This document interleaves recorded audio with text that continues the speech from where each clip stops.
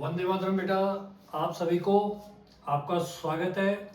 और आज आप लोगों के लिए मैं एक सरप्राइज लेके आया हूँ। अब क्या सरप्राइज हो सकता है? सरप्राइज तो आपको खैर थंबनेल से मालूम चल गया होगा कि जैसे आपने वीडियो के अंदर घुसे होंगे तो आपको सरप्राइज ले थंबनेल के अंदर मालूम चल गया होगा कि आज आपको मैं मैथ्स की बजाय आप लोगों की साइंस की क्लासेस स्टार्ट कर रहा हूँ। एक तरीके से मैथ्स तो कंटिन्यू रहेगी रहेगी अपन लोगों की, बट अब साथ में मैं सोचा कि चलो आप लोगों के लिए मैं साइंस का भी कार्यक्रम आपकी फर्स्ट ग्रेड भर्ती का आपका लिए स्टार्ट करता हूं मैं। और सबसे पहले जो टॉपिक मैं ले रहा हूं साइंस के लिए कि वो आपका जो आरपीसी ने आपको इंट्रोड्यूस करवाया है, कौन सा? विद्युत धारा। ये विद्युत धारा, ये वाला टॉपिक मैं आप लोगों का लेने वाला हूं। एक तरीके से साइंस के पोर्शन में मैं आप लोगों को फिजिक्स एंड केमिस्ट्री का पोर्शन जो है, फिजिक्स एंड केमिस्ट्री से जो लगभग 5 क्वेश्चन उठ के आते हैं वो 5 क्वेश्चंस पूरे यहाँ पे मैं कराऊंगा। और जो मेरा पैटर्न रहने वाला है वापस वो का वही पैटर्न रहने वाला है। कंसेप्चुअली आपको इतना स्ट्रांग हो जाना है इस चीज के अंदर ताकि वहां से कहीं से भी इन टॉपिक्स से उठ के फिजिक्स और केमिस्ट्री के अंदर से जो भी क्वेश्चंस उठ के आएंगे वो सारे के सारे आपके अटेम्प्ट होने चाहिए। मीन्स मैथमेटिक्स के 10 क्वेश्चंस और at least 5 questions physics and chemistry के पोर्शंस के। बायोलॉजी में आपको नहीं बता पाऊंगा आई बात में, क्योंकि बायोलॉजी में मेरा इंटरेस्ट भी नहीं, और जिस चीज में मेरा इंटरेस्ट नहीं होता उस चीज को मैं करता भी नहीं, क्योंकि उसमें वो सारा वो क्रैमिंग रटने का काम होता है, वो रटने का काम मेरे से करवाया नहीं जाता। इसलिए केवल मैं फिजिक्स एंड केमिस्ट्री के टॉपिक्स कवर करूंगा। और आज के वीडियो के बाद आप लोग डिसाइड करना कि आपके अंदर आपको इसमें और क्या अमेंडमेंट चाहिए साइंस के अंदर, है ना? तो वो मेरे को कमेंट बॉक्स वगैरह में आप लिख देना, बता देना, टेलीग्राम पे आप मैसेज कर देना, है ना? और आप लोगों को ये क्लास कितनी पसंद आती है इसको कंप्लीट होने के बाद फिर आप लोग मेरे को बताना कि एक तरीके से ठीक है। अपन बात करते हैं बेटा, जैसा कि आरपीएससी ने इस बार इंट्रोड्यूस करवाया है कि भाई विद्युत धारा फिजिक्स का एक टॉपिक है। और विद्युत धारा को पढ़ने के लिए, है ना, धारा यानी वही धारा प्रवाह अपने को चलना पड़ेगा इस चीज के अंदर। और एक बार जब आपके इसके कंसेप्ट इस टॉपिक के आपके दिमाग में बैठ जाएंगे तो आपको अब विद्युत की जो अपन बात करते हैं तो विद्युत की जो मूल इकाई है, विद्युत धारा को पढ़ने से पहले कि ये विद्युत धारा होती क्या है, इसको पढ़ने से पहले आपको बेसिक के ऊपर आना पड़ेगा। और एक वर्ड आता है आवेश, एक वर्ड आता है, क्या लिख रहा हूं मैं? विद्युत आवेश। विद्युत आवेश, ये टॉपिक विद्युत धारा चल रहा है और आपने वर्ड लिखा मैंने विद्युत आवेश।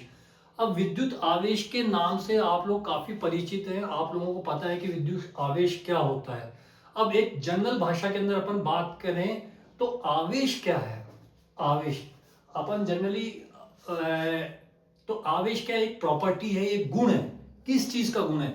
अपन कहते हैं ना कि यार तेरे ज्यादा आवेश में आ रहा है, क्या आवेश में तेरे गुण शो कर रहा है ना। आवेश यानी गुस्से में आना या जो करना था, गुण गुण को शो करता है ना। यहाँ पे फिजिक्स के अंदर अपन जब विद्युत आवेश की बात करने लगते हैं तो ये क्या, किसी भी द्रव्य का एक गुण होता है। विद्युत आवेश क्या है? एक द्रव्य का एक गुण है। अब द्रव्य क्या होता है? द्रव्य का एक गुण है। मेरे शब्दों को बहुत ढंग से सुनना, द्रव्य का एक गुण है। अब द्रव्य क्या होते हैं, है ना? अब द्रव्य क्या होते हैं? तो ये केमिस्ट्री के अंदर अपन जब बात करते हैं कि द्रव्य यानी मैटर, मैटर तो यानी सॉलिड, लिक्विड एंड गैसेस की फॉर्म में होते हैं। ये सब क्या है? द्रव्य होते हैं। द्रव्य वो होते हैं जिनका कोई वॉल्यूम होता है, जिनके अंदर कोई वेट होता है, यानी जिसके अंदर मास होता है, जो स्थान घेरते हैं। ये सारी प्रॉपर्टीज किसकी होती है? ये सारी प्रॉपर्टीज द्रव्य की होती हैं। आई बात में? तो द्रव्य वो पदार्थ होते हैं जिनका कोई ना कोई मास होता है ना, वॉल्यूम होता है, ठीक है। ये सब क्या कहलाते हैं? द्रव्य के अंतर्गत आते हैं एक तरीके से। तो अब जब मैं आवेश की बात करूंगा, मैंने क्या बोला? द्रव्य का एक गुण है। आवेश क्या है? द्रव्य की एक प्रॉपर्टी है, द्रव्य का एक गुण है। तो यहां पे बात होती है कि आवेश किसके अंदर पैदा किया जा सकता है। आवेश, इसका मतलब द्रव्य ने वर्ड बोल दिया तो बेटा इसके अंदर वो सॉलिड्स के अंदर भी हो सकता है, वो लिक्विड्स के अंदर भी हो सकता है, और गैसेस फॉर्म में भी अपन आवेश की बात कर सकते हैं। तो यानी द्रव्य की एक, मैटर की एक प्रॉपर्टी होती है आवेश। और आवेश के अंदर फिर एक गुण होता है कि ये दूसरे द्रव्यों के, दूसरी चीजों के, यानी किसी भी एक द्रव्य का जो ये ऐसा गुण जो कि दूसरी चीजों के आवेश को ये आपस में एक दूसरे को आकर्षित भी कर सकते हैं और एक दूसरे को प्रतिकर्षित भी कर सकते हैं, यानी एक दूसरे को अट्रैक्ट भी कर सकते हैं और एक दूसरे को रिपल्स भी कर सकते हैं। तो ये जो प्रॉपर्टी होती है वो ये प्रॉपर्टी क्या कहलाती है, आवेश कहलाती है। तो द्रव्य का एक गुण होता है जो कि दूसरे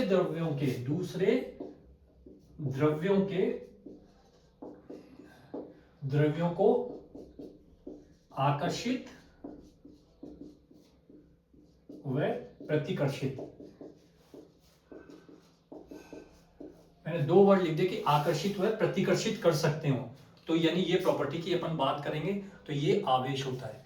अब यहाँ पे बिल्कुल अब अपन आ जाते हैं कि ये द्रव की आवेश की बात जो अपन ने कर ली, तो आवेश की बात करते करते अपन सीधा अपने टॉपिक पे आते हैं कि आवेश 2 तरह के होते हैं। मैथ्स ये अपने फिजिक्स की दुनिया के अंदर अपन जो चार्जेस लेते हैं वो 2 तरह के होते हैं। एक तो क्या होता है, धनात्मक आवेश होता है, धनात्मक आवेश, और एक होता है बेटा ऋणात्मक आवेश। एक होता है धनात्मक आवेश और एक क्या होता है, ऋणात्मक आवेश। पॉजिटिव चार्ज और नेगेटिव चार्ज। तो जब भी अपन ने बात की कि आपने सुना होगा कि जो सेम चार्जेस होते हैं, समान जो आवेश होते हैं, लाइक चार्जेस जो होते हैं, वो एक दूसरे को क्या करते हैं, रिपल्स करते हैं। यानी धनात्मक चार्ज और धनात्मक चार्ज, अगर 2 चार्जेस अगर आपस में, तो वो एक दूसरे को रिपल्स करेंगे, यानी एक दूसरे को दूर हटाएंगे। ऐसी ऋणात्मक चार्ज और ऋणात्मक चार्ज है तो वो भी क्या करेंगे, एक दूसरे को रिपल्स करेंगे, यानी एक दूसरे को दूर भगाएंगे। और असमान चार्जेस होते हैं, अनलाइक चार्ज जो होते हैं, यानी धनात्मक चार्ज और ऋणात्मक चार्ज, वो एक दूसरे को क्या करेंगे, अट्रैक्ट करेंगे। या ऋणात्मक और धनात्मक ये भी क्या करेंगे, एक दूसरे को अट्रैक्ट करेंगे।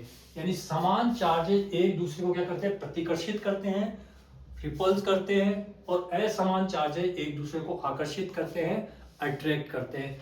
तो ये आवेश जो होता है, आवेश एक प्रॉपर्टी होती है।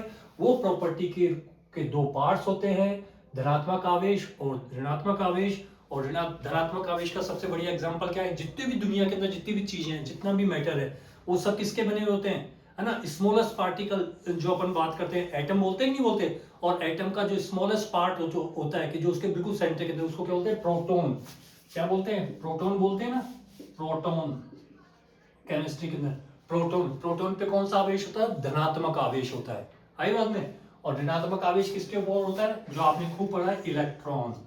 इलेक्ट्रॉन पे क्या होता है, ऋणात्मक आवेश होता है। तो प्रोटॉन पे कौन सा होता है, धनात्मक आवेश होता है, और इलेक्ट्रॉन पे क्या होता है, ऋणात्मक आवेश होता है। तो ये सबसे बढ़िया एग्जांपल है धनात्मक और ऋणात्मक का। और इसलिए अब वो धनात्मक प्रोटॉन जो नाभि के अंदर होता है, न्यूक्लियस के अंदर होता है, वो क्या होता है, इलेक्ट्रॉन्स के चारों तरफ जब चक्कर लगा देते थे अपनी कक्षाओं में, तो वो उसको बांधे रखता है, क्योंकि वो एक दूसरे अपोजिट चार्जेस एक दूसरे को क्या करते हैं, अट्रैक्ट करते हैं। तो अपन बात कर ली अपन लोगों ने कि क्या बात की, अपन ने विद्युत आवेश की बात की। तो विद्युत आवेश क्या होता है, द्रव्य का एक गुण होता है जो दूसरे द्रव्यों के को आकर्षित या प्रतिकर्षित करता है। और ये आवेश 2 तरह का होता है, धनात्मक आवेश और एक ऋणात्मक आवेश। आई बात समझ में। धनात्मक आवेश का एग्जांपल के तौर पे जैसे प्रोटॉन, जिसके ऊपर धनात्मक आवेश होता है, ऋणात्मक आवेश यानी इलेक्ट्रॉन, जिसके ऊपर नेगेटिव चार्ज होता है। समान आवेश हमेशा क्या करेंगे, एक दूसरे को प्रतिकर्षित करते हैं, असमान आवेश एक दूसरे को हमेशा क्या करते हैं, आकर्षित करते हैं। ये बातें आपको ध्यान में रखनी है।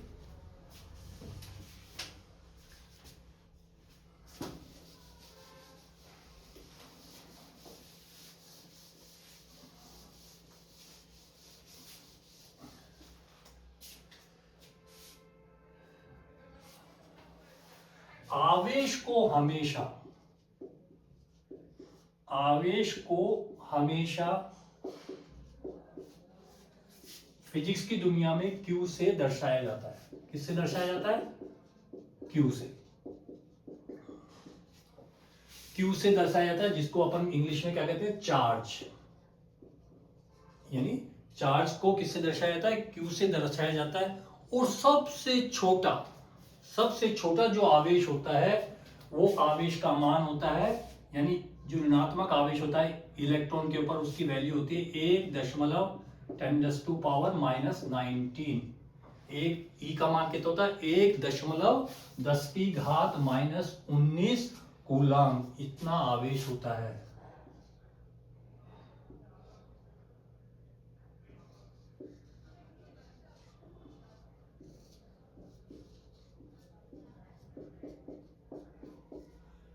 और इसको किससे दिखाते हैं? तो इसकी यूनिट क्या हो गई? आवेश की यूनिट क्या हो गई? इकाई क्या हो गई? आवेश की इकाई हमेशा कूलाम होती है, यानी जिसको सी से दिखाते हैं एक तरीके से। आ रही बात समझे? अब इसका मान, ये आवेश की सबसे छोटी इकाई है 1.6 टेंडेंस टू पावर माइनस 19। ये आवेश की सबसे छोटी इकाई है।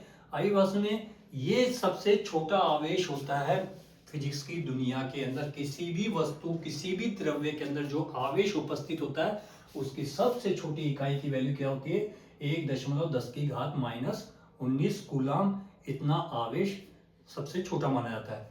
इसको मेजर करने के लिए और इसके मेजरमेंट में इसको माइक्रो, एक ये होता है स्मॉल एम सी लिखूंगा तो इसको क्या बोलेंगे? मिली कूलाम बोलेंगे। क्या बोलेंगे? मिली कूलाम, मिली।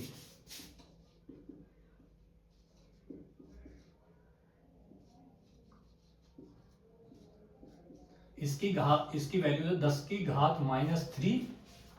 आई बात में, कूलाम। और ये सिंबल, ये माइक्रो का सिंबल है, माइक्रो कूलाम।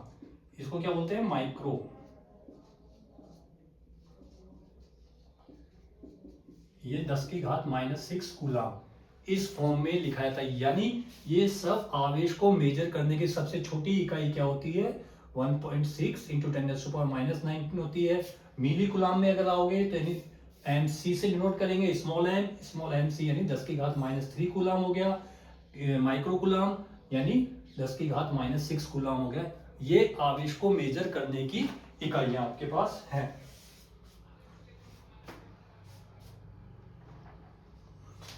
अगर आपने मान लिया कि अब आपके पास बेटा, अगर आपके पास यूं लिखा हुआ है कि Q, अगर एक तो होता है ये Q हो गया, मतलब इसका मतलब क्या हो गया? 1 कूलाम।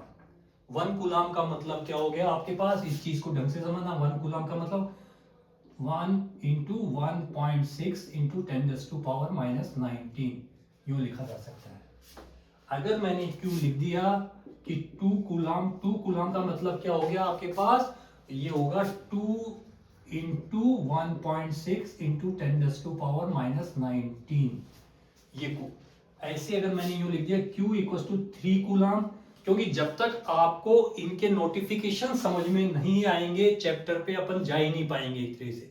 हो सकता है कि आपको ये क्लास इस समय आपको बोरिंग लगे, कि ये ऐसा महसूस नहीं हो कि यार ये क्या, कि हमको तो क्या मतलब कि डायरेक्ट क्वेश्चंस आ जाने चाहिए। नहीं बेटा, ऐसे नहीं होता है। क्योंकि आप सोचो कि ये बूंद बूंद से घड़ा भरना है। 10 क्वेश्चन मैथ्स के, 5 क्वेश्चन अगर ये फिजिक्स और केमिस्ट्री से भी उठने वाले, तो यानी 15 क्वेश्चन, 75 में से 15 क्वेश्चन ये हो गया जिसके ऊपर आप मतलब कि इन 5 क्वेश्चंस के लिए एटलीस्ट थ्योरेटिकल पार्ट के ऊपर आपको कम से कम 5 से 10 घंटे तो देने पड़ेंगे ना कंसेप्ट्स के ऊपर। तब जाके वहां पे आरपीएससी में वो क्वेश्चंस निकाल पाओगे। क्वेश्चंस वहां पे अटेम्प्ट होते इसलिए नहीं है, क्यों? क्योंकि आप लोग को बस डायरेक्ट न्यूमेरिकल्स आ जाए, डायरेक्ट कंसेप्ट्स आए, तो इन कंसेप्ट से ही निकल के आना। और ये छोटी छोटी बारीक चीजें होती है ना, ये बारीक चीजें धीरे धीरे करके वहां पे अप्लाई होती है। तो आप समझना, देखो 1 कूलाम का मतलब 1.1 इंटू 1.6 10⁻⁻19 और 2 कूलाम का मतलब 2 इंटू 1.6 यानी क्या हो जाएगा? 3.2 10 की घात माइनस 19 कूलाम। ऐसे बेटा 3 कूलाम में क्या हो जाएगा? 3 इंटू 1.6 इंटू 10⁻⁻19। अब ऐसे करते करते करते करते क्या होता है? 4 कूलाम, 5 कूलाम, ऐसे अपन यूज करते चले जाए। तो अब जब आवेश का जब मान अपन निकालेंगे, चार्ज का मान जब अपन निकालेंगे, तो ऐसे 10 कूलाम, 20 कूलाम, ऐसे ही करते करते एक कंडीशन ऐसी आएगी कि n कूलाम हो, nc हो, यानी nc हो, यानी nc यानी कूलाम के ऊपर अपन बात करेंगे। तो ये 1.6 10⁻⁻19 मैंने किसकी वैल्यू लिखी थी? E की वैल्यू लिखी थी ना, यानी 1 कूलाम यानी 1e। ये c यानी कितना हो गया? 2e। ये कितना था? 3। ऐसे ये n कूलाम की, n आवेश की बात करेंगे तो यानी ne, q equal to ne। ये फॉर्मूला आपको याद रखना है, q इक्वल टू ne। यहां पर क्या है? q तो क्या है? किसी भी वस्तु पर कुल चार्ज, किसी भी वस्तु पर किसी भी द्रव्य पे या किसी भी वस्तु पर कुल चार्ज, इसको क्या बोलेंगे, कुल आवेश। चार्ज या आवेश एक ही बात है। और ई क्या है, एक कूलाम चार्ज, एक कूलाम पर आवेश, एक कूलाम आवेश। और एन क्या है, आवेशों की संख्या, इलेक्ट्रॉनों की संख्या। यूं बोल दो आप, इलेक्ट्रॉनों की संख्या, इलेक्ट्रॉन की संख्या। ये सारी चीजें आपको, यानी Q equals to N E. इस फॉर्मूले, एक फॉर्मूला आपके पास बन गया। तो यानी एक कूलाम, अगर एन की वैल्यू बेटा आपके पास 1 है तो Q इक्वल्स टू क्या हो जाएगा, 1 ई। और ई की वैल्यू क्या होती है, 1.6 × 10⁻19। अगर एन की वैल्यू 2 है तो Q इक्वल्स टू 2 ई, यानी 2 × 1.6 × 10⁻19। इस टाइप से आप करते करते, अगर आपके पास n इलेक्ट्रॉन है तो यानी कि टोटल वैल्यू क्या लेगी। अब मान लिया कि मैं एक बात करता हूं, जैसे ये कोई बॉडी है, कोई ऑब्जेक्ट है, इसमें अब मान लिया इसमें 27 इलेक्ट्रॉन्स हैं। मैंने क्या बोल दिया, एक बॉक्स है, एक ऑब्जेक्ट है जिसके अंदर ये डॉट डॉट डॉट डॉट ऐसे ये काउंट कर लें। मान लिया कि इसमें 27 इलेक्ट्रॉन्स है। आई बात में, अब 27 इलेक्ट्रॉन्स हैं और आपको इसके ऊपर कुल इसका नेट चार्ज आपको निकालना है। 27 आपके पास ये दे रखा है और कुल इलेक्ट्रॉन 27 है, और अब आपको इसके नेट चार्ज आपको निकालना है। तो इसका नेट चार्ज कैसे निकालोगे, यानी क्यू अब इलेक्ट्रॉन टोटल कितने हैं 27, और ई कितना है, ई की वैल्यू 27 ई हो जाएगा। अब क्यू ये 27 और ई की वैल्यू कितनी होती है 1.6 × 10⁻19 है ना। इतना आवेश इस पूरी बॉडी के ऊपर होगा। अगर किसी ऑब्जेक्ट में आपको कह दिया 27 इलेक्ट्रॉन है, 27 इलेक्ट्रॉन, तो कुल नेट चार्ज इस बॉडी के ऊपर कितना होगा, पूरा कुल आवेश इस बॉडी पे कितना होगा। तो फॉर्मूला क्या है, Q equals to N into e होता है। एन का मान क्या होता है 27 होता है, ई का मान क्या होता है अपने पास, ई अपन को, ये हमेशा आपको दिमाग में रहना चाहिए 1.6 × 10⁻19 ये कूलम, ये आपको हमेशा दिमाग में रखना है। तो यानी Q बराबर 27 इंटू 1.6 × 10⁻19, और ये आपका मल्टीप्लाई करके लिख दोगे, ये टोटल इस बॉडी के ऊपर टोटल आवेश का मान, कुल चार्ज आपके पास आ जाएगा। इतनी बात पकड़ में आ रही है। तो इससे एक कंक्लूजन क्या निकला, आप कभी भी, आपकी मर्जी नहीं चलती है कि कभी भी, जैसे ये 1 कूलम, ये 2 कूलम, ये 3 इलेक्ट्रॉन, 4 इलेक्ट्रॉन, कभी ऐसे नहीं चलता आधा इलेक्ट्रॉन, 1.5 इलेक्ट्रॉन, 2.5 इलेक्ट्रॉन, नहीं।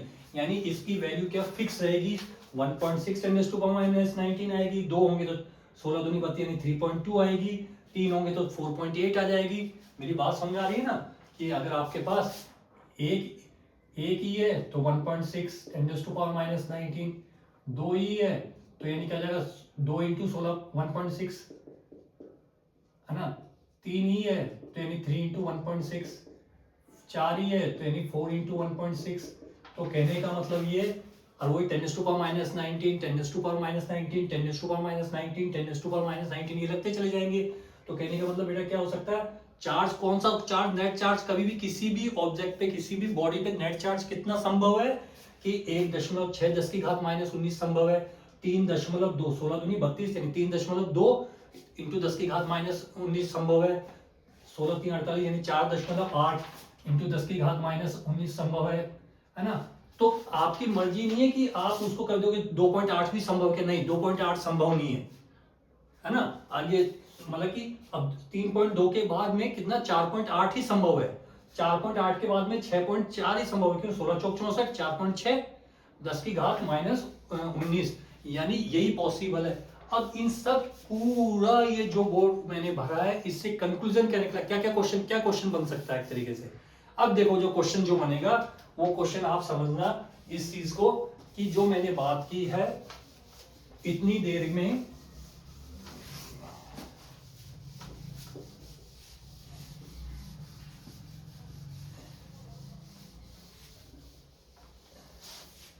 अब इसको मैं समराइज करता हूं एक तरीके से। अपन ने क्या बात की, चार्ज की बात की, जिसको किससे दिखाते हैं, क्यूब से दिखाते हैं, और इसकी इकाई क्या होती है, कूलाम होती है। ठीक है, एक इलेक्ट्रॉन पे चार्ज कितना होता है 1.6 10⁻⁻19 कूलम, ये टोटल चार्ज होता है। ये सबसे छोटा चार्ज है, सबसे छोटा चार्ज होता है, छोटा आवेश। ठीक है बेटा। फिर अपन ने बात की Q equal to N into e, ये अपन ने बात की। Q को क्या कहते हैं, किसी भी ऑब्जेक्ट पे, किसी भी बॉडी के ऊपर कुल आवेश, कुल आवेश। और N क्या है, वही इलेक्ट्रॉनों की संख्या, इलेक्ट्रॉन की संख्या। और E क्या है, सबसे छोटा चार्ज, सबसे छोटा चार्ज, जिसकी वैल्यू कितनी होती है 1.6 10⁻⁻19। ये आपको याद रखनी है। तो अब आप में से मैं ये पूछता हूं कि अगर कौन सा चार्ज संभव है। जैसे मान लिया एक क्वेश्चन मैंने लिख दिया, क्वेश्चन आ गया आपके पास, किसी भी वस्तु पर, किसी भी वस्तु पर कुल कितना चार्ज या आवेश संभव है, चार्ज संभव है। अब मैंने A लिख दिया आपके पास, A लिख दिया मैंने 3.2 10⁻⁻19, B लिख दिया मैंने 4.4 10⁻⁻19 कूलम, C लिख दिया मैंने 3.7 10⁻⁻19 कूलम, और D लिख दिया मैंने 6.2 10⁻⁻19 कूलम। ये बेटा मैंने आपने लिख दिया। अब आपने जो पिछले 10 मिनट के अंदर जो मैंने डिस्कस किया है, इस कंसेप्ट को समझाने की कोशिश की है, ये आ गया किसी भी वस्तु पर कुल कितना चार्ज संभव है। अब आपके दिमाग में क्या था, आप क्या पढ़ के जाते हो, क्योंकि जैसे ही आपने कोई और वीडियोस या आपने जैसे जनरली कि हाँ क्या देखा, एक इलेक्ट्रॉन पे चार्ज 1.6 10⁻⁻19 होता है, और आपके दिमाग में क्या आएगी, अरे यार ये चीजें तो, ये तो कभी पढ़ाई नहीं कि कैसे क्या संभव है। पर कंसेप्ट कौन सा याद रखना था कि मैंने क्या बताया था, कि या तो 1 कूलम संभव है, या 2 कूलम संभव है, या 3 कूलम संभव है, 4 कूलम संभव है। तो 1 कूलम में क्या होता है 1.6 आता है 10⁻⁹ तो कॉमन हो गया। तो 1 कूलम में क्या था 1.6 होता, 2 में क्या होगा 16 इंटू 2 यानी 1.6 इंटू 2 यानी 3.2, फिर क्या हो जाएगा 16 इंटू 3 4.8। तो देखो 3.2 यानी यही वाला आंसर है। ये 4.4 आता ही नहीं किसी भी टेबल में, तो 16 को किसी से भी मल्टीप्लाई करो 44 आएगा क्या, यानी 1.6 को 3 से 4 से कैसे, ये 3.7 भी नहीं बैठता, 6.2 भी नहीं बैठता। पर ये कब कर पाओगे, कब कंफ्यूज नहीं हो गया आप, जब आपको ये बिल्कुल ये कंसेप्ट क्लियर है। तो हमेशा क्या होता है कि ये जो चार्जेस जो आपको मिलते हैं वो पूर्ण संख्याओं के रूप में मिलते हैं, और पूर्ण संख्याओं के रूप में मिलते हैं, इसी को ही आवेश का क्वांटाइजेशन कहते हैं। आवेश का क्वांटाइजेशन,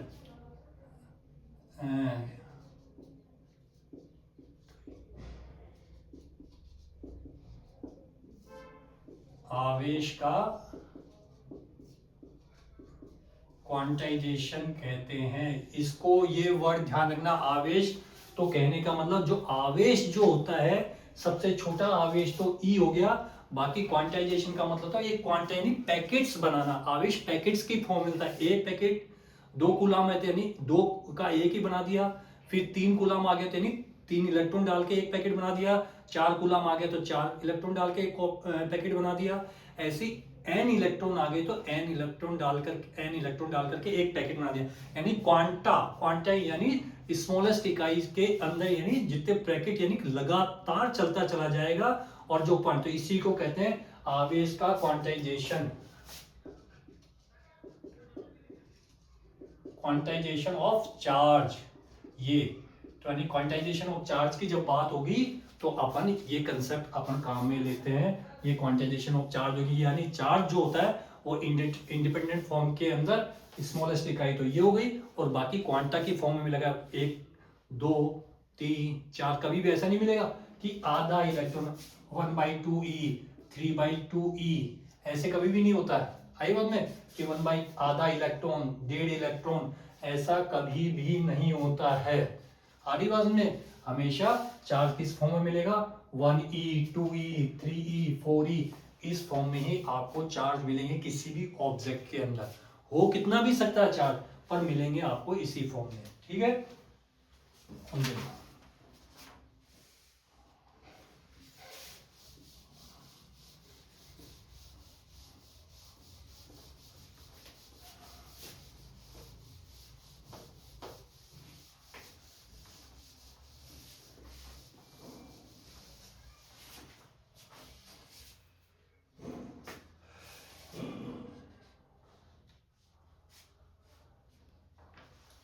अब एक क्वेश्चन बताओ कि let us number of electrons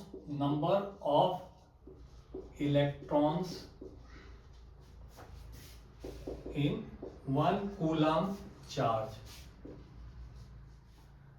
आपको क्या बताना है कि नंबर ऑफ इलेक्ट्रॉन्स बताने हैं एक कूलम चार्ज के अंदर। एक कूलम आवेश में टोटल इलेक्ट्रॉनों की संख्या कितनी होती है, ये आपको बताना, ये इस क्वेश्चन का मीनिंग है। ठीक है, आ सकता है।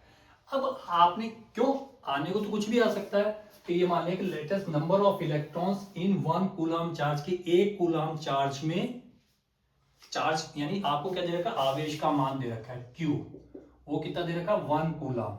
1C, C किसकी इकाई है, कूलम की इकाई है। किसकी इकाई है, कूलम की इकाई। C किसकी इकाई है, तो आवेश की इकाई है। इसको क्या बोलते हैं, कूलम बोलते हैं। क्या बोलते हैं, कूलम बोलते हैं। Q क्या हो गया, नेट चार्ज हो गया। नेट चार्ज का मतलब किसी भी ऑब्जेक्ट पे, किसी भी बॉडी पे, किसी भी वस्तु के ऊपर जो कुल चार्ज होता है उसको Q से नोट करते हैं, और उस बॉडी के ऊपर किसी भी ऑब्जेक्ट पे जो चार्ज है उसकी वैल्यू कितनी है, 1 कूलम दे रखी है आपको। ठीक है, लेटेस्ट नंबर ऑफ इलेक्ट्रॉन्स आपको क्या निकालना है, E की संख्या निकालनी, यानी नंबर ऑफ इलेक्ट्रॉन्स। तो आपने नंबर ऑफ इलेक्ट्रॉन्स यानी क्या निकालना है, आपको N निकालना है। क्या निकालना है आपको, N निकालना। तो अब आपने रिलेशन क्या पढ़ा था, Q बराबर क्या पढ़ा था, NE, ये आपका पढ़ा हुआ है। ठीक है साहब, ये Q बराबर NE आपका पढ़ा हुआ है। तो अब Q की वैल्यू कितनी दे रखी है, 1 कूलम, 1C, और आपको N और ये E। तो N की वैल्यू, N इक्वल टू क्या जाएगा, 1/E, और 1 और E की वैल्यू क्या होती है, E की वैल्यू बार बार मैं लिख रहा हूं, याद हो जानी चाहिए, 1.6 10⁻⁻19 कूलम। ये एक इलेक्ट्रॉन के ऊपर चार्ज होता है, तो आपने लिख दिया 1.6 10⁻⁻19, ये आपने लिख दिया। अब N क्या हो गया आपके पास, N हो गया, ये 10 की घात -19 है, वही मैथमेटिक्स आ जाओ तो ऊपर गया तो 10 की घात 19 हो गई, यानी 1 गुना 10 की घात 19, और नीचे क्या गया 1.6। अब ये बेटा डेसिमल हटा तो आगे क्या गया, ऊपर 10 बन गया, और ये 10 की घात 19, और नीचे क्या आ गया आपके पास 16 आ गया। ठीक है, अब थोड़ा सा डिवाइड करने में आसान देते, यानी ये 10 की घात 19 है, तो इसको मैं ये लिख दूं 10 की घात 18 लिख देता हूं, और एक 10 इधर कर लेता हूं, ये 100 हो गया, और इधर 10 की घात 18 बन गया। इतनी बात समझ में आ गई। मैंने क्या किया, 10 की घात 19 थी तो एक 10 उसके साथ ले, 10 गुना 10 100 हो गया, और ये 10 की घात 18 हो गया, नीचे 16 हो गया। अब इसको काटो, 16 एकम 16, 16 छक्के 96, 40 16 दूनी 32, और 32 और 16 पंजू 80, यानी क्या गया 6.25 10 की इंटू 10 की घात 18। यानी कहने का मतलब ये है कि एक कूलम आवेश में, एक कूलम आवेश के अंदर नंबर ऑफ इलेक्ट्रॉन्स कितने होते हैं, 6.25 इंटू 10 की घात 18। इतने इलेक्ट्रॉन्स एक कूलम आवेश के अंदर होते हैं, यानी एक कूलम की वैल्यू कितनी है, इतनी बड़ी वैल्यू होती है, 6.25 इंटू 10 की घात 18। 10 की घात 18 का मतलब समझ गए ना, कि 10 की घात 18 का मतलब, जैसे 10 की घात 2 का मतलब 100, 10 की घात 3 का मतलब 1000, 10 की घात 4 का मतलब वही मतलब कि 10,000, फिर 10 की घात 5 का मतलब 1,00,000, तो ऐसे 10 की घात 18 देख लो कितना, यानी एक कूलम आवेश में नंबर ऑफ इलेक्ट्रॉन्स कितने होते हैं, कितने नंबर ऑफ इलेक्ट्रॉन्स होते हैं। तो आप ये देख लीजिए कि ये इलेक्ट्रॉन जो है वो कितनी छोटी इकाई है, तभी तो घात किसमें दे रखी है, 10 की घात -19 दे रखी है इसमें, यानी 10 की घात -19 इसका मतलब क्या है, ये 1.6 को 10 की घात 19 से भाग देना, मतलब ही नहीं, तो वो संख्या अपन जो मतलब सोच भी नहीं सकते। इसलिए तो एटम को क्या कहा जाता है, एटम को किसी भी द्रव्य की जो सबसे छोटी इकाई होती है उसको परमाणु कहते हैं कि नहीं कहते। और परमाणु के भी भाग अपन जब कर लेते हैं तो यानी प्रोटॉन, न्यूट्रॉन और इलेक्ट्रॉन, यानी वहां जाकर के अपने को इलेक्ट्रॉन मिलता है, यानी वो सबसे छोटी इकाई। तो कहने का मतलब बेटा ये है। अब देखो जो अपन ने पिछले 15-20 मिनट के अंदर जो भी चीज डिस्कस की है, यहीं से 2-3 क्वेश्चन ये निकलने, क्योंकि आपको आरपीएससी ये कह के देने वाली नहीं कि मैं बस ये जो टॉपिक लिख दिया, उसने केवल लिख दिया विद्युत धारा, है ना। अब विद्युत धारा में फिर उसके बाद में हाँ भाई ठीक है कि समांतर क्रम, श्रेणी क्रम या उसके ओम्स लॉ और ये, अरे तो बेटा उन ओम्स लॉ, समांतर श्रेणी क्रम को तो बाद में पहुंचोगे जब उनके कंसेप्ट आपको मालूम होंगे। क्योंकि डायरेक्ट अगर इतनी आसानी से उन्हीं टॉपिक से सीधा ही उठा के दे देता तो फिर तो बहुत आसान सारी चीज आती। इसलिए इन बेस को चीज को आपको ध्यान देना। ये बताओ कि क्वेश्चन बन सकता है कि नहीं बन सकता है ये। अब आप वहां पे ढूंढते रहो कि मतलब कि हाँ कैसे क्या कैलकुलेशन निकालोगे। ये जो कैलकुलेशन का है, जिसका कंसेप्ट क्लियर है, जिसका कूलाम क्लियर है, जिसको इलेक्ट्रॉन्स का मतलब मालूम है, तो वो आराम से एक छोटी सी कैलकुलेशन से अपन सारी चीजों को अपन निकाल सकते हैं एक तरीके से। आ रही बात समझ में? तो इसको थोड़ा ढंग से देखो।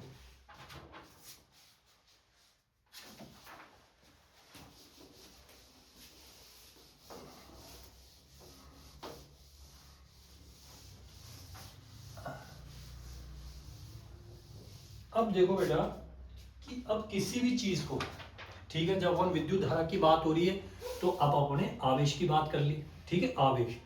अब आवेश के लिए नहीं, इलेक्ट्रॉन्स की बात कर ली अपन ने, क्योंकि आवेश के लिए जरूरी क्या, इलेक्ट्रॉन्स के कितने इलेक्ट्रॉन्स उसके अंदर है ना, तो किसी भी ऑब्जेक्ट के अंदर। अब बात करते हैं कि विद्युत धारा को प्रभावित करने के लिए विद्युत धारा, अभी तो मैंने विद्युत धारा की बात भी नहीं की है, अभी तो केवल मैंने ये हेडिंग डाला हुआ है कि विद्युत धारा टॉपिक के अंतर्गत अपन जो चीजें पढ़ रहे हैं, पर विद्युत धारा पे चलते चलते अब विद्युत धारा बहती किसके माध्यम से, बहती का मतलब यूं नहीं कि कोई पानी बह रहा हो एक तरीके से, यानी कहने का मतलब किसके थ्रू ये पास हो सकती है, किसको अलाउ करते हैं कि हाँ भी ये करंट की प्रॉपर्टी दिखा दे, ये विद्युत धारा की प्रॉपर्टी दिखा दे। तो आपने एक वर्ड सुना होगा, एक तो सुचालक, सुचालक जिसको क्या बोलते हैं, कंडक्टर, कंडक्टर। एक वर्ड क्या हो गया आपके पास, क्या हो गया, कंडक्टर, सुचालक।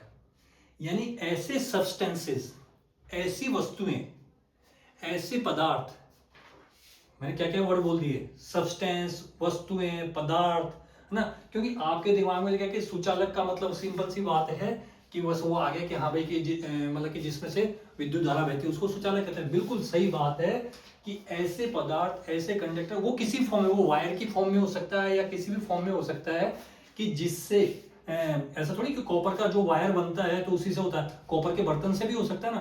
तो यानी कोई भी पदार्थ, कोई भी वस्तु, है ना, जिसके अंदर से इलेक्ट्रिसिटी, विद्युत धारा प्रवाहित हो सकती हो, वो क्या कहलाते हैं, सुचालक कहलाते हैं। उनको क्या कहते हैं, कंडक्टर कहते हैं, जिससे विद्युत धारा प्रवाहित हो सकती हो, जिससे विद्युत धारा प्रवाहित हो सकती हो, प्रवाहित हो सकती हो, वो सब क्या कहलाते हैं, सुचालक कहलाते हैं।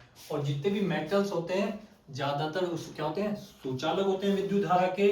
पर इन्हीं मेटल से, यानी कॉपर है, एल्यूमिनियम है ना, सिल्वर है, ये सब क्या विद्युत धारा के अच्छे सुचालक होते हैं। यानी इसलिए आपने देखा होगा कि जितने भी वायर्स वगैरह जो होते हैं, पुराने जमाने की जो वायरिंग होती थी वो तो क्या एल्यूमिनियम में होती थी, है ना।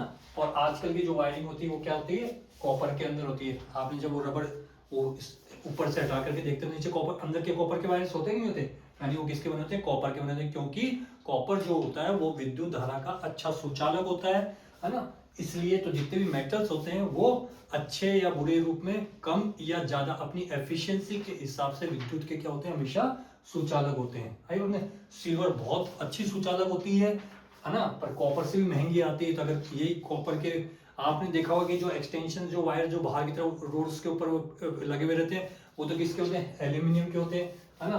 कॉपर वायर अपन घरों में लगाते हैं क्योंकि महंगी चीज जैसे जैसे होती जाएगी वो इस वजह से। और सिल्वर तो फिर बहुत महंगी है, जब एल्यूमिनियम के वायर को ही लोग नहीं छोड़ते, कॉपर के वायर के बंडल ही लोग उड़ा के ले जाते हैं एक तरीके से। तो ये महंगी होने की वजह से, नहीं तो इसकी एफिशिएंसी, अगर सिल्वर के वायर बना दी जाए तो इससे विद्युत की बचत भी होती है और खपत भी कम होती है और एफिशिएंसी बढ़ती है। बट क्या प्रैक्टिकली ये व्यवहार के अंदर ये पॉसिबल नहीं होता, इसलिए अभी तक क्या कॉपर के वायर को ही अपन घर के अंदर वायरिंग के अंदर अपन काम में लेते हैं। आई बात में। तो कहने का मतलब ये, तो सुचालक यानी जिसमें विद्युत धारा प्रवाहित हो सकती हो। अब मैंने क्या वर्ड बोल दिया कि ये तो सर हमको भी मालूम था कि भाई जिसमें से विद्युत धारा प्रवाहित हो, चालक नाम ही है कि चालक जिसमें चलन हो सकता हो, नहीं सुचालक यानी अच्छा है ना, हिंदी के वो विद्यार्थी हो तो हिंदी के विद्यार्थी, हाँ भाई सर सुचालक तो कंडक्टर तो हमको मालूम चल गया एक तरीके से। बट इसके अंदर सुचालक में एक स्पेशल प्रॉपर्टी होती है कि इसमें फ्री इलेक्ट्रॉन होते हैं, ये ध्यान रखना। इसमें धारा प्रवाह के लिए, धारा प्रवाह के लिए फ्री इलेक्ट्रॉन होते हैं, यानी मुक्त इलेक्ट्रॉन होते हैं, फ्री इलेक्ट्रॉन होते हैं। अगर किसी भी सुचालक के अंदर, किसी भी वस्तु के अंदर अगर ये फ्री इलेक्ट्रॉन नहीं होंगे तो वो सुचालक की जैसे व्यवहार नहीं कर सकता, उसमें से विद्युत धारा नहीं बह सकती। इसलिए विद्युत धारा के प्रवाह के लिए सबसे ज्यादा जरूरी क्या होना चाहिए कि उसमें विद्युत धारा के बहने के लिए हमेशा फ्री इलेक्ट्रॉन होना बहुत ज्यादा जरूरी है, अदरवाइज उसमें से विद्युत धारा नहीं बह सकती। अब एक होता है बेटा कुचालक। क्या होता है? कुचालक, जिसको बोलते हैं इंसुलेटर। क्या बोलते हैं? इंसुलेटर, कुचालक। ठीक है, तो सुचालक और ये कुचालक, तो नाम से ही जा रहा है कि जिसके अंदर से विद्युत धारा प्रभावित नहीं हो सकती। डेफिनेशंस नहीं, पर आपका कंसेप्ट क्लियर होना चाहिए ताकि आपका कॉन्फिडेंस डेवलप हो एक तरीके से कि जिसमें से विद्युत धारा प्रभावित नहीं हो सकती, उसको क्या कह देंगे? कुचालक कह देंगे, इंसुलेटर कह देंगे। और अब इसी से डेफिनेशन अपन ने क्या दे दी, जिसमें विद्युत धारा के क्यों है, क्यों उसमें से विद्युत धारा प्रवाहित नहीं हो सकती, तो मैंने अभी आपको क्या बताया, विद्युत धारा प्रवाह के लिए कि फ्री इलेक्ट्रॉन होना बहुत ज्यादा जरूरी है। तो वो सुचालक में, यानी जिन भी मेटल्स के अंदर, जिस भी वस्तुओं के अंदर, जिन भी पदार्थों के अंदर अगर फ्री इलेक्ट्रॉन्स आपको मिल जाएंगे तो क्या कहलाएगी, वो विद्युत धारा उसमें से बह सकती है। अगर फ्री इलेक्ट्रॉन्स नहीं है तो फिर उसमें से विद्युत धारा नहीं बह सकती। तो वो कैसे बिहेव करेगा? इंसुलेटर की जैसे बिहेव करेगा, कुचालक की जैसे बिहेव करेगा, है ना। तो यानी कि इसमें अपन क्या लिखोगे, इसमें विद्युत धारा के लिए, इसमें धारा प्रवाह के लिए, या विद्युत धारा वर्ड बोल रहा हूं तो इसका मतलब वो विद्युत धारा है। धारा प्रवाह के लिए, प्रवाह के लिए फ्री इलेक्ट्रॉन नहीं होते हैं, के लिए फ्री इलेक्ट्रॉन नहीं होते हैं, नहीं होते हैं। ये आपको दिमाग में रखना, क्योंकि थ्योरेटिकल कंसेप्ट्स में ये क्वेश्चंस पूछे जाते हैं एक तरीके से कि किसी भी पदार्थ के अंदर विद्युत धारा के प्रवाह के लिए क्या जिम्मेदार होता है, कौन जिम्मेदार होता है। आपको दे दिया ए प्रोटॉन, आप बी दे दिया न्यूट्रॉन, सी दे दिया इलेक्ट्रॉन, है ना, डी दे दिया आपको कुछ। तो कहने का मतलब ये, तो आपको जब ये कंसेप्ट क्लियर होगा या कौन जिम्मेदार होता है, तो आप सीधा सा लिख तो सकते हो कि इलेक्ट्रॉन होता है। आइए ना, ये हो गया। अब ऐसे कौन से पदार्थ हैं, जैसे बहुत सी चीजें आपके लाइफ में इंसुलेटर के जैसे जो बिहेव करती हैं, जो प्लास्टिक होता है आपका, प्लास्टिक होता है कि नहीं, तो प्लास्टिक है, रबर है ना, ये सारे एज ए इंसुलेटर्स की जैसे बिहेव करते हैं, यानी कुचालक की जैसे बिहेव करते हैं। ठीक है बेटा। अब एक आता है अर्धचालक। क्या बोलते हैं? अर्धचालक, जिसको बोलते हैं सेमी कंडक्टर। क्या बोलते हैं? Semi conductor. अब नाम ही से जाहिर हो रहा है कि अर्धचालक, यानी मतलब कि ये चालक और कुचालक दोनों की जैसे बिहेव करते हैं, तो वो क्या कहलाते हैं? अर्धचालक कहलाते हैं, सेमीकंडक्टर्स कहलाते हैं। और इनमें चालकों के मुकाबले जो फ्री इलेक्ट्रॉन्स होते हैं वो कम मात्रा में होते हैं, इसलिए इनको क्या कहते हैं? अर्धचालक कहते हैं। और इसके एग्जांपल्स जो आते हैं अर्धचालक के, सिलिकॉन है, सिलिकॉन एक मेटल होता है, जर्मेनियम है, ये गैलिनियम है, ये क्या है? ये अर्धचालक के एग्जांपल। तो जितनी भी आपकी ये चिप्स वगैरह जो ये बनती है ना, सिलिकॉन चिप्स, आपने नाम सुना होगा, ये सब क्या होते हैं? सेमीकंडक्टर्स होते हैं। तो ये थोड़े से चीप भी पड़ते हैं, थोड़े सस्ते पड़ते हैं, आई बात में। और मतलब कि इलेक्ट्रॉनिक इंडस्ट्रीज में इन चीजों का काफी यूज होता है, काफी इस्तेमाल होता है। तो ये सब क्या कहलाते हैं? तो कहने का मतलब ये है कि जिस चीज से विद्युत धारा का अस्तित्व संभव है या नहीं है, तो वो किसके ऊपर डिपेंड करती है? वो इन तीन चीजों के माध्यम से अपन उसको समझ सकते हैं। ये तो सुचालक हो गया, कुचालक हो गया और अर्धचालक हो गया, ये सारी चीजें अपने को देखनी है। अब देखो,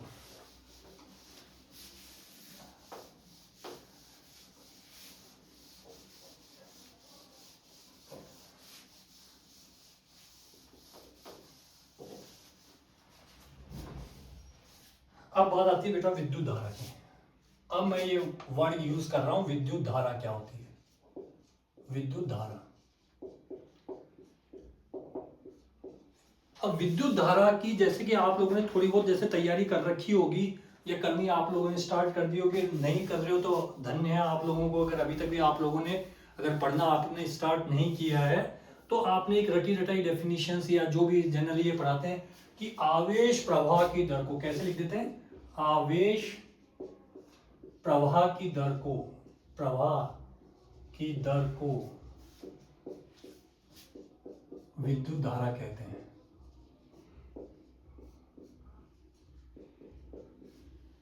धारा कहते हैं। अब देखो बेटा कितनी छोटी सी डेफिनेशन है और हो सकता था कि चीज आपकी यहीं से स्टार्ट होती कि आवेश प्रवाह की दर को विद्युत धारा कहते हैं। अब इसमें एक वर्ड आ गया, आवेश आ गया, इसलिए मैंने अपनी बात जो स्टार्ट की थी वो कहां से की थी, मैंने आवेश शब्द से की थी। और उस आवेश शब्द के ऊपर ही अपनी जो पिछले आधे घंटे की जो क्लास है उसमें कितने कितने क्वेश्चंस आपके निकल सकते थे वो सारी चीजें आपने लिखी कि वास्तव में आवेश होता क्या, आवेश का क्वांटिटेशन क्या होता है, आवेश कितनी तरह के होते हैं, उन आवेश की प्रॉपर्टीज क्या क्या होती हैं, उन आवेश के मान कैसे निकलते हैं। तो वो सारी चीजें केवल इस डेफिनेशन के इस एक वर्ड से आपके पास निकलती है एक तरीके से। अब यहाँ पे जो बात की इसने बेटा कि विद्युत धारा जो कहा आवेश प्रवाह की दर को विद्युत धारा कहते हैं, और ऐसी कोई डेफिनेशन आनी भी नहीं है वहां पे, क्योंकि मतलब आई बात में तो डेफिनेशन, परंतु अभी डेफिनेशन तो लिख दी और डेफिनेशन तो यही है। अब इस डेफिनेशन का मीनिंग समझते हैं तो आपको आएगा मजा कि वास्तव में कि ये चीज तब आपके दिमाग में घुसने लगेगा कि ये चैप्टर क्या है, इस चैप्टर का बेस क्या है, इस चैप्टर का कंसेप्ट क्या है, तब आप लोगों के दिमाग में घुसने लगेगा। अब मान लिया कि देखो ये मैंने यहाँ पे कोई एक वायर बनाया और जैसे मैं ये डेफिनेशन पूरी करूंगा तो आपको क्लियरिटी होगी कि वास्तव में कि सर ने हमको ये चीजें क्यों बताना स्टार्ट की एक तरीके से। अब मान लिया बेटा ये कोई वायर है, मतलब वायर होता है आपके पास, ये समझ लो कोई कॉपर वगैरह का ये कोई वायर है एक तरीके से, ठीक है, उसका एक सेक्शन आपने ले लिया, ठीक है। अब अपन क्या करते हैं कि बेटा मान लिया कि एक सेकंड के अंदर ये कोई कंडक्टर है, कोई चालक है, ठीक है, कोई वायर है, ये क्या है, कोई वायर है। समझना इस चीज को, जिसको ये चीजें पकड़ में आने लग जाएंगी ना उसको बहुत इंटरेस्ट आएगा। और इवन ये गारंटी बेटा अगर थोड़ा सा भी आप लोग बहुत ढंग से सुन लोगे तो आपको साइंस में ऐसा मजा आएगा। मैथ्स की जो क्लासेस मेरी रहती हैं उसमें अगर बेस पे जाओगे, अगर हो सकता है कि अगर साइंस को पकड़ में आने लग जाएगी तो तुम मैथ्स वापस जाके पढ़ने लगोगे। बेस कहते बेवकूफों मत छोड़ो, उसमें क्वेश्चन 10 क्वेश्चन वो तुम्हारे फ्री के हैं, उनको थ्योरेटिकल पार्ट को पढ़ो पढ़ो, अभी पढ़ना स्टार्ट नहीं किया आप लोगों ने। और ऐसे ही इस चीज को भी देखो कि क्या है। अब मान लिया बेटा ये कोई वायर है, वायर क्या होता है, कंडक्टर होता है। वायर अपन जब विद्युत धारा प्रवाहित हो रही है इसको क्या बोला था, कंडक्टर बोला था, चालक बोला था, यानी कोई कॉपर का वायर ले लिया, एल्यूमिनियम का वायर ले लिया। अब मान लिया इसमें से ये समझ ये वायर है, इसका एक छोटा एक सेकंड के अंदर मैं क्या कर रहा हूं, एक सेकंड के अंदर ये मान लिया इस पार्ट से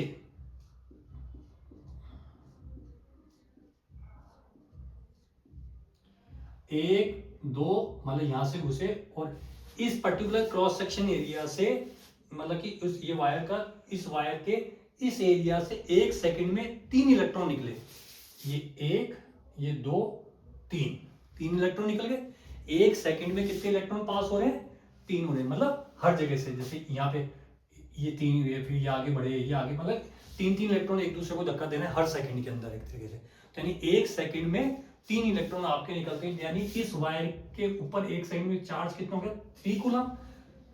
अब देखो आगे कोई बात कंसेप्ट की, क्या अपन ने क्या बात की थी, एक इलेक्ट्रॉन निकल सकता है, 2 निकल सकते हैं, 1.5 या 2.5 तो नहीं निकल सकता ना। अगर एक इलेक्ट्रॉन निकलता है तो 1 कूलम चार्ज। भाई क्या अपन ने Q इक्वल टू अपन ने क्या पढ़ा था, Ne पढ़ा था ना। अब n का मान अगर 1 है तो 1 कूलम चार्ज हो जाएगा। भाई Q का अब इकाई क्या होती है, कूलम ही तो होती है ना, तो यानी क्या हो जाएगा 1 कूलम। अगर ये n की वैल्यू 2 है तो 2 कूलम, मतलब n मतलब क्या था, नंबर ऑफ इलेक्ट्रॉन्स। अब नंबर ऑफ इलेक्ट्रॉन ये डबल एरो क्यों बनाई, यहाँ एंटर हुआ समझ इस जगह से निकल गया एक सेकंड के अंदर, तो ये 1, ये 2 और ये 3, यानी कितने इलेक्ट्रॉन निकले, 3 इलेक्ट्रॉन निकले ना। यानी टोटल आवेश क्या हो गया आपके पास, 3 इलेक्ट्रॉन, यानी तीन कूलाम चार्ज हो गया आपके पास। ई का आवेश वही चार्ज क्या होता है कूलाम, तीन ही, अपने 3 कूलाम चार्ज हो गया ये वायर से। ये कंडक्टर आपके पास दे रखा था और इसके ऊपर टोटल चार्ज क्या हो गया 1 सेकंड में पास होने वाला आवेश। ये चीज किसको शो कर रही है, 1 सेकंड में पास होने वाला आवेश, पास होने वाले इलेक्ट्रॉन।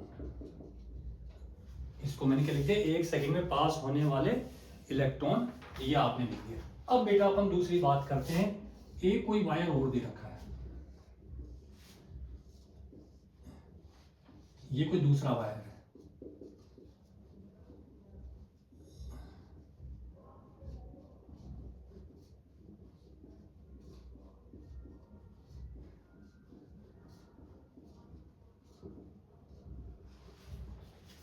अब क्या हो रहा है इस दूसरे वायर में, भाई द्रव्य अलग अलग हो सकते हैं ना, मैंने क्या बताया कि जैसे अपन उसमें बात की थी वायर कॉपर का भी हो सकता है, एल्यूमिनियम का होता है, सिल्वर भी होता है। अब मान लिया कि 1 सेकंड में ये भी क्या कर रहा है, वही 1 सेकंड में पास होने वाले इलेक्ट्रॉन, ठीक है। अब इसमें कितने 1 2 3 4 5 6 यानी कितना आवेश पास हुआ, इसमें से कितने इलेक्ट्रॉन हुआ 6 इलेक्ट्रॉन पास हो रहे थे, यानी टोटल चार्ज कितना हो गया, टोटल आवेश कितना हो गया, नेट चार्ज लेते हैं ना अपन हमेशा, क्वांटाइजेशन हो गया, तो यानी अपन कितना लेते हैं किसी भी, यानी इस 1 सेकंड में इसमें कितने पास हो रहे हैं 3, इसमें कितने पास हो रहे हैं 6, तो यानी नेट चार्ज कितना हो गया, इसमें 6 कूलम चार्ज पास हो गया एक तरीके से। अब आप ये बताइए कि विद्युत धारा किसमें से ज्यादा हुई, तो अपन ने क्या पढ़ा है कि विद्युत आवेश प्रवाह की दर को, विद्युत धारा को हमेशा किससे दिखाते थे, आई से। आई का मतलब क्या होता है, विद्युत धारा, ये क्या है, विद्युत धारा, और परिभाषा कहते हैं आवेश प्रवाह की दर को, आवेश को किससे दिखाते हैं, क्यू से। और जहां दर शब्द आ जाता है ना, दर शब्द आ जाता है और विद्युत धारा कहते हैं, और दर यानी कैसे निकालते हैं कि उसके भागने की दर, उसकी स्पीड कैसे प्रति सेकंड, समय के अभाव, समय के ऊपर ही निकालते हैं, तो Q/T, T का मान क्या 1 सेकंड में, यानी 1 सेकंड में जितना चार्ज बह रहा है वो क्या कहलाएगी, विद्युत धारा कहलाती है। तो बेटा 1 सेकंड में यहाँ पे तो कितना चार्ज बह रहा था, 3 कूलम चार्ज बह रहा था, यहाँ पे 1 सेकंड में कितना चार्ज बह रहा है, 6 कूलम चार्ज बह रहा है, तो यानी विद्युत धारा का मान किस में ज्यादा होगा, इस वाले वायर में ज्यादा होगा, नहीं, जितना कूलम, जितना आवेश ज्यादा होगा उतनी ही विद्युत धारा ज्यादा होगी, ये कॉमन सेंस की बात है। इसलिए अपन कहते हैं कि यानी यहाँ तो यानी 6 मतलब 1 सेकंड में यो शू, मतलब जैसे वही वाली बात है, कोई रोड है आपके पास, अब उसमें से तो कि 1 सेकंड में उस टोल से अपने 3 गाड़ियां निकल रही है, एक है ना, और एक यो 6 गाड़ियां 1 सेकंड के अंदर निकल रही है एक तरीके से, तो मतलब ट्रैफिक या ट्रैफिक लोड किसके ऊपर ज्यादा हो, 1 सेकंड में 6 कूलम जो गाड़ियां निकल रही है उसके ऊपर ज्यादा हो ना, यानी विद्युत धारा का मान किसके ऊपर, कौन सा ज्यादा होगा, 6 कूलम आवेश पे, यानी जितना ज्यादा आवेश उतनी ही ज्यादा विद्युत धारा, और इसलिए I बराबर Q/T। अब Q किसको मांगते हैं कूलम के अंदर, Q किसमें मांगते हैं कूलम में, सॉरी हाँ कोई नहीं, सॉरी हाँ, एक रूम में है, कैमरा ऑन है, हाँ कोई नहीं अरे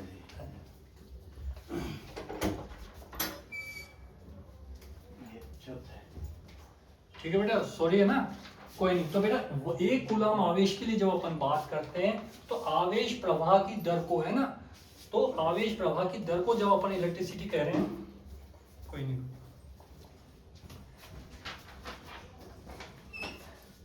तो आवेश प्रवाह की दर को अपन इलेक्ट्रिसिटी कह रहे हैं, तो विद्युत धारा बनेगी इसको, और इसको किसमें नापते हैं, सेकंड में, आवेश को किसमें नापते हैं, कूलम में, और टाइम को किसमें नापते हैं, सेकंड के अंदर अपन नापते हैं। तो विद्युत धारा को यानी कूलम पर सेकंड, बट इसकी जो यूनिट है, इसकी जो इकाई है उसको कैसे लिखते हैं, उसको लिखते हैं एम्पियर में,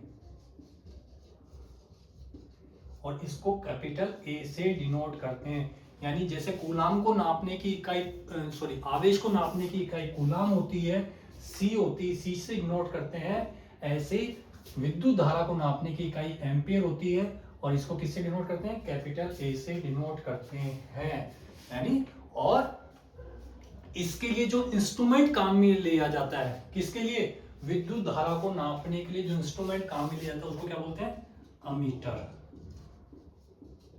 उसको क्या बोलते हैं, अमीटर बोलते हैं। तो आपको ये चीज क्लियर होगी। आवेश प्रवाह की देखो डेफिनेशन से हो रहा है। अब अपन चाहे बिंदास अपन डेफिनेशन ले सकते हैं कि आवेश प्रवाह की दर को विद्युत धारा कहते हैं। विद्युत धारा कहते हैं, किसको कहते हैं, आवेश प्रवाह की दर। तो आवेश प्रवाह की दर, दर वर्ड आती है यानी बटे का चिन्ह आ गया, और किसके रेस्पेक्ट में, समय के रेस्पेक्ट में कि कितने सेकंड में कितने कूलम आवेश प्रवाहित हो रहा है, तो Q बटे T। तो I बराबर, अब इसको अपन बॉक्स में रख सकते हैं, इसको न्यूमेरिकल्स में भी काम में ले सकते हैं। I बराबर Q बटे T, और तो ये विद्युत धारा की इकाई, और वो क्या होती है, एम्पियर होती है। ये चीज आपको ध्यान में रखनी है। तो कहने का मतलब इसमें क्या होगा, इसमें कम विद्युत धारा जाएगी, क्योंकि एक सेकंड में 3 ही कम विद्युत, और इस वाले में जाएगी तो क्या हो जाएगा, ज्यादा विद्युत धारा, ज्यादा विद्युत धारा। तो अब वही वाली बात है, अगर वही 10 कूलम आवेश जाएगा, 10 कूलम, तो यानी विद्युत धारा का मान भी उसी हिसाब से बढ़ता चला जाएगा। तो अब आपको ये ध्यान में रखनी है कि विद्युत धारा क्या होती है ना। और इसी के ऊपर अब कभी क्या कर देगा, आवेश का मान दे देगा, समय दे देगा, कितने सेकंड तक कितना प्रवाहित है विद्युत धारा। तो वो क्वेश्चन जब अपन करने लगेंगे तो ये थ्योरेटिकल ये कंसेप्ट आपको कि विद्युत धारा का ये आपको क्लियर हो जाना चाहिए। अब बेटा इसको कहने का मतलब ये कि ये तो 1 एम्पियर, अब इसकी भी इकाई स्मॉल m a लिख दिया, तो इसको क्या बोलेंगे, मिली एम्पियर। क्या बोलेंगे, मिली एम्पियर। और ये म्यू का सिंबल है, इसको क्या बोलेंगे, माइक्रो एम्पियर। माइक्रो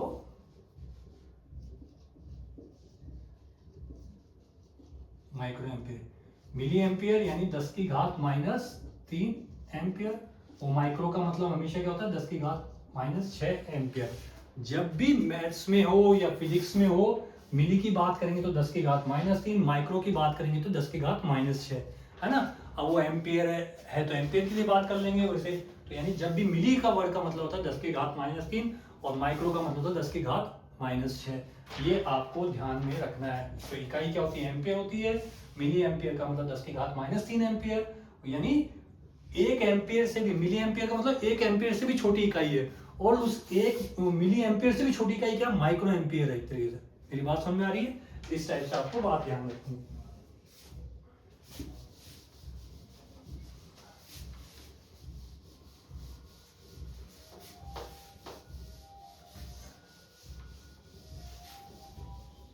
तो अपने जैसे कि देखते हैं ना कि घरों में स्विच बोर्ड वगैरह भी होते हैं, घरों में स्विच बोर्ड होते हैं अपने पास, है ना। और उन स्विच पे भी लिखा होता है, जैसे वो अपने जो पावर प्लग होते हैं जिसमें अपन ये फ्रीज है या टीवी है या एसी है, इनके स्विच अपन जो लगाते हैं, तो उस पर स्विच बोर्ड पे लिखा होता है ना, उस स्विच के ऊपर लिखा होता है कि 5 एम्पियर, 12 एम्पियर वगैरह वगैरह लिखा होता है ना। तो ये किसको शो करता है, उसकी पावर को शो करता है। 5 एम्पियर लिखा हुआ है तो उसका मतलब क्या निकलता है बेटा, अगर आपके पास ये लिखा होता है कि 5 एम्पियर, तो इसका मतलब 1 सेकंड में उससे 5 कूलम आवेश ही पास हो रहा है ना।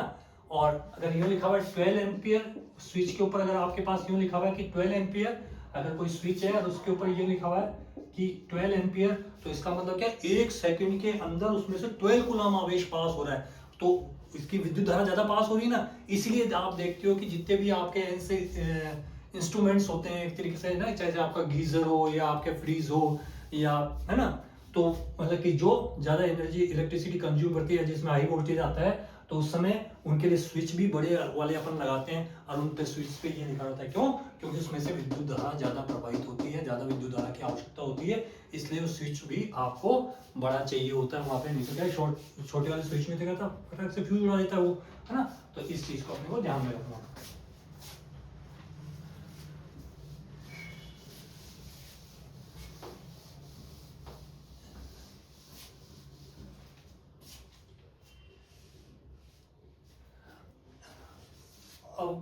और इसको नापने के लिए, विद्युत धारा को नापने के लिए क्या काम में लेते हैं, कौन सा इंस्ट्रूमेंट काम में लेते हैं, अमीटर। अमीटर क्या काम में आता है, विद्युत धारा को नापने के काम में आता है। तो क्या क्या एमीटर की प्रॉपर्टी होगी? विद्युत धारा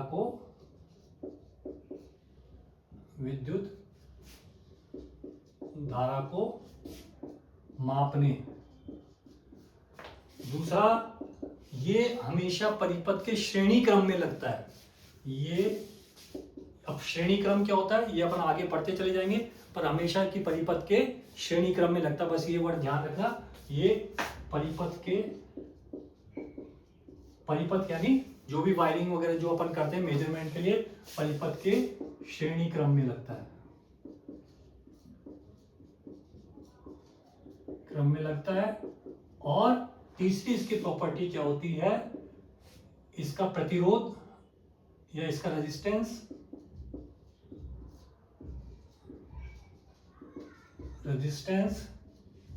कम रखा जाता है। ये तीन प्रॉपर्टी जो भी इंस्ट्रूमेंट है ये अपन विद्युत धारा को मेजर करने के लिए बनाते हैं। तो एक तो विद्युत धारा को मापने के काम में आता है एमीटर, ये परिपथ को श्रेणी क्रम में लगाया जाता है, और इसका रेजिस्टेंस कम रखा जाता है। क्यों करा जाता है? ताकि आपको सही रीडिंग मिल सके, कितनी विद्युत धारा प्रवाहित हो रही है उसकी एक्चुअल रीडिंग आपको मिल सके।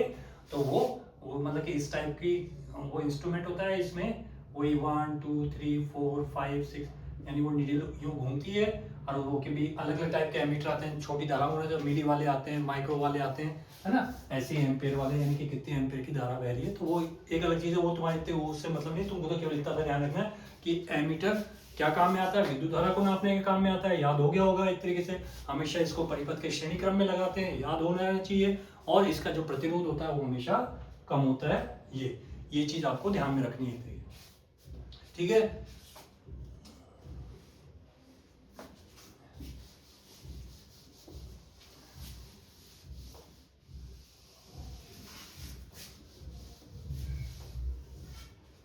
अब बात आती है भैया सबसे बहुत इंपॉर्टेंट बात, कि अब अगला टॉपिक जो अपन ले रहे हैं इसी के अंदर, कि विभवांतर।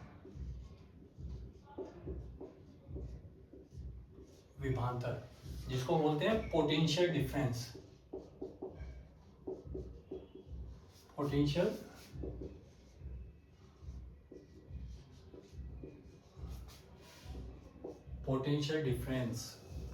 डिफरेंस जिसको कि आप वोल्टेज भी बोल देते हो। क्या बोल देते हो? वोल्टेज।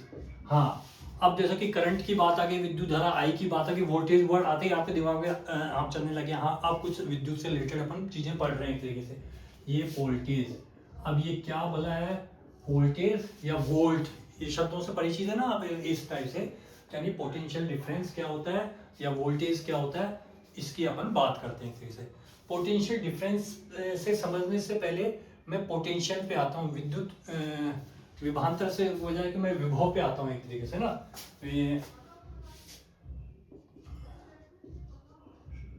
विभव क्या होता है एक तरीके से?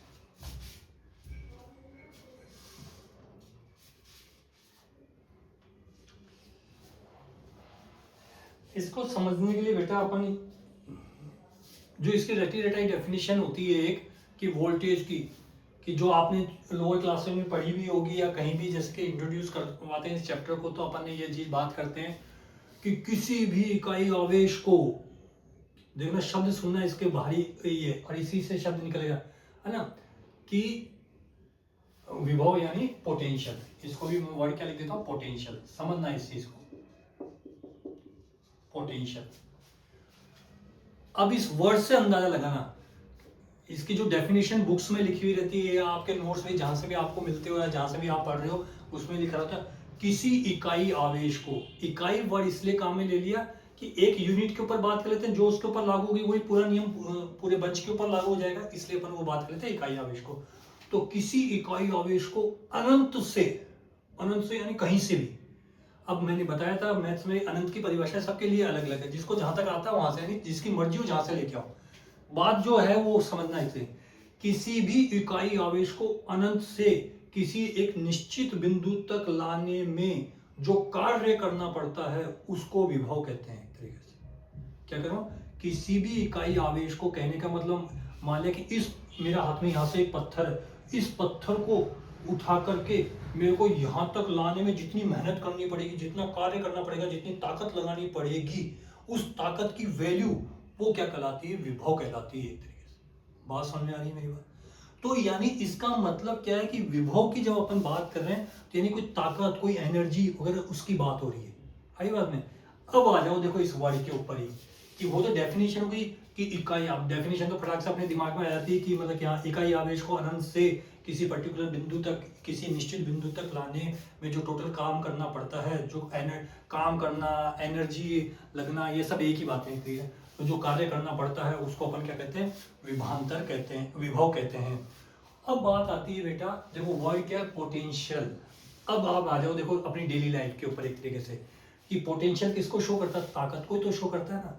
जैसे अपने बचपन के अंदर भी, जैसे कि आप कॉलेज लाइफ में या अपने बचपन के अंदर भी, जैसे कि अगर आपस में झगड़ा हो जाता है तो कोई जिसको टूटी फूटी अंग्रेजी आती है वगैरह तो बोलता है ना कि नहीं बोलता, क्या देख लेंगे तेरे में कितना पोटेंशियल है, कितना पुदीना है तेरे अंदर, कितना ही पोटेंशियल एक तरीके से।